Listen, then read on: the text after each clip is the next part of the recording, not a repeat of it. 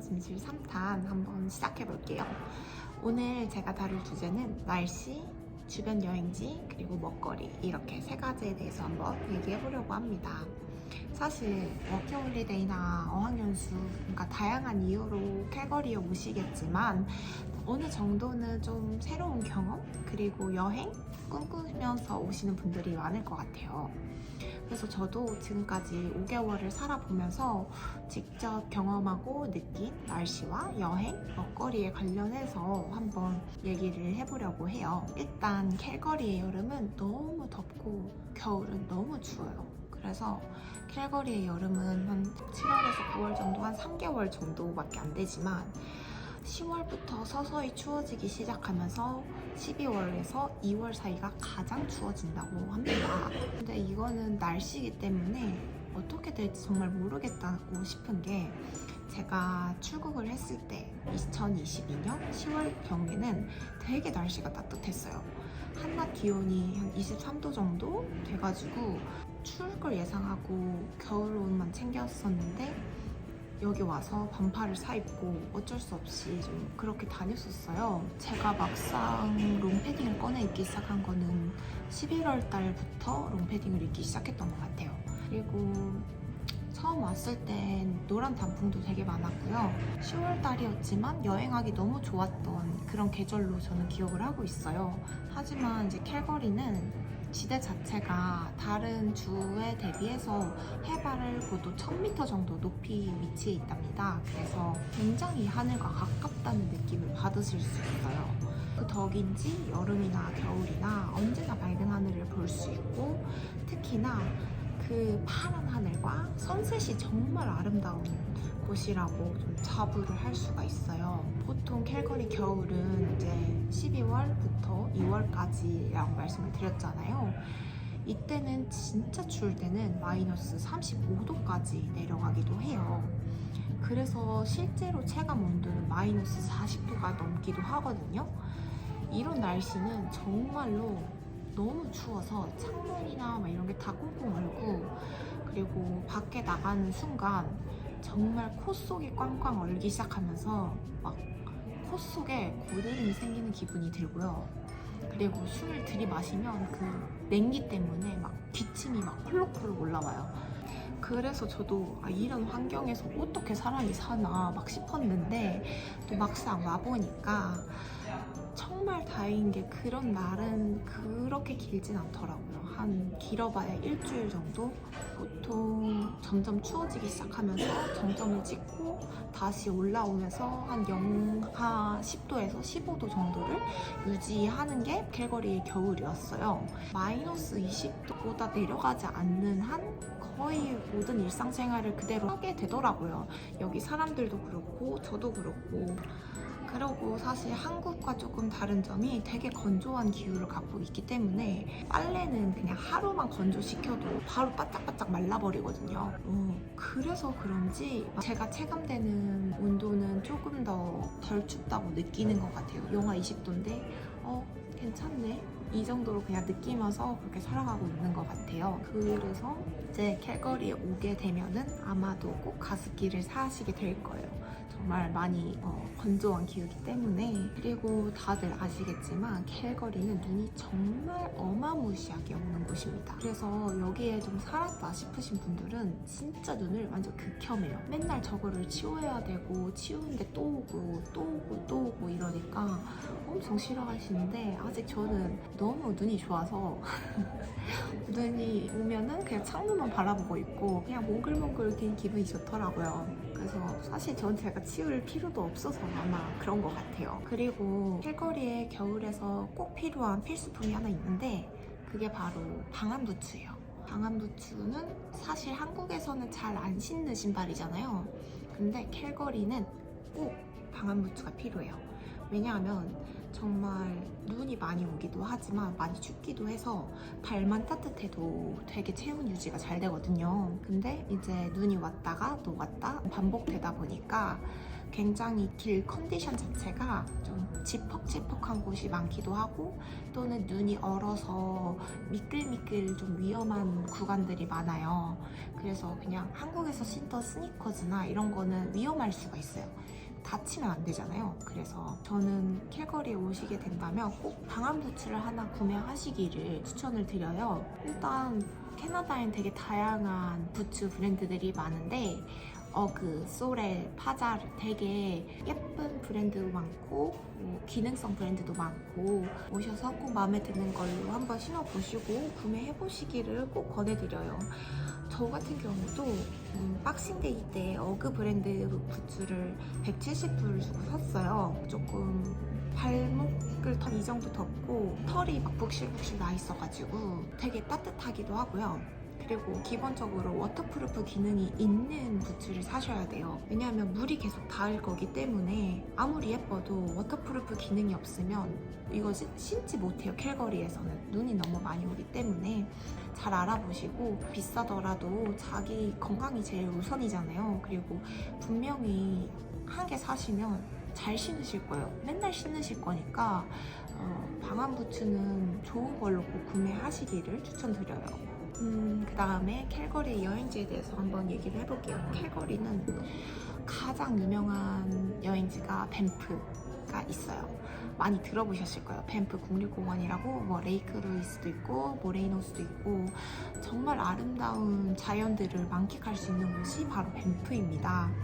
밴프는 캘거리보다 작은 도시지만 나름 아기자기한 이국적인 그런 분위기를 풍기고 있는 곳이기 때문에 캘거리에서 1시간 반 정도 당일치기로 다녀올 수 있는 거리거든요. 그래서 저도 여름에 한 번, 겨울에 한 번 다녀왔는데 여름에 가는 밴프와 겨울에 가는 밴프가 정말 매력이 달라요.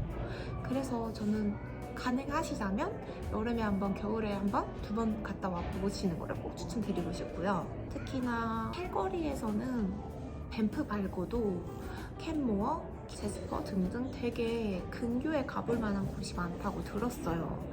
근데 저도 솔직하게 지금은 밴프밖에 못 가봐서 다른 근교들이 어떻다 이렇게 말씀드리고 또 정보를 드리기는 좀 어려울 것 같아요. 그래서 나중에 캘거리 근교여행 갈 기회가 있다면 꼭 이렇게 영상으로 만들어서 여러분들께 공유 드리겠다고 약속하겠습니다. 그리고 우리 워홀러들과 유학생들에게는 사실 먼 근교여행은 조금 어렵잖아요. 차가 있는 것도 아닐 거고 또 운전을 하는 것도 부담스러울 수도 있고 그래서 저는 캘거리에서 대중교통과 도보로 다닐 수 있는 거리 중에 좀 여행 온 것 같다 싶었던 스팟들을 좀 소개해 드리려고 해요.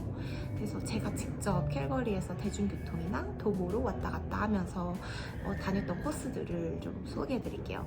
첫 번째는 켄싱턴 거리에서 평화의 다리를 건너서 프린세스 아일랜드 공원으로 가보시는 거를 한번 추천드려요. 이건 사실 겨울보다는 여름에 좀 추천을 드리고 싶어요. 왜냐면 켄싱턴 거리가 굉장히 힙하고 알록달록하기도 하고 되게 구경하는 재미가 있거든요. 그리고 힙한 카페들도 있고 맛집들도 있고 한번 켄싱턴 거리를 한번 걸어보시면서 커피도 한잔 하시고 맛있는 것도 드시고 평화의 다리를 건너서 프린세스 아일랜드 공원으로 통할 수가 있거든요. 그럼 프린세스 아일랜드 공원은 바오강을 정말 사방에 끼고 피크닉을 할 수 있는 곳이에요. 너무너무 초록초록한 곳이기 때문에 또 사진이 그냥 막 찍어도 화보예요. 그래서 여름에 운동도 하고 운이 좋으면 버스킹도 볼 수 있고 사진도 찍으러 갈 수도 있고 정말 즐거운 요소들이 많은 코스니까 한번 도전해보시기를 추천드려요. 그리고 다음으로는 보니스 공원입니다.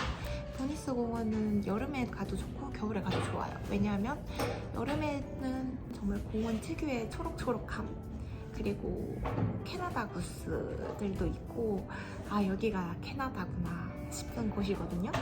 근데 프린세스 아일랜드 공원이랑 다른 점은 조금 더 규모는 작지만 훨씬 더 사람이 없어서 여유롭고 운치 있어요. 겨울에 가게 된다 하면은 공원을 한 바퀴 스케이트를 타면서 둘러볼 수 있어요. 그래서 보니스 공원은 여름이나 겨울이나 정말 다 좋을 것 같아요. 특히나 공원 입구에 있는 시즌스 오브 보니스 파크라고 물 위에 떠있는 선상 레스토랑 같은 건데 거기에서 파는 햄버거가 되게 맛있어요. 보니스 버거라고 그거를 한번 꼭 드셔보시기를 또 추천드리고 싶어요. 일반 레스토랑보다는 좀 더 분위기가 훨씬 좋아서 한번 거기서 식사나 아니면 음료를 한 잔 드셔보는 것도 추천드려요. 그 다음에 캘거리 다운타운을 한눈에 볼 수 있는 야경 명소 크레센트 하이 룩아웃 포인트를 추천드려요. 여기는 프랜시스 아일랜드 공원 쪽에 위치해 있는데 너무 가기 쉬운데 문제는 계단이 좀 높거든요.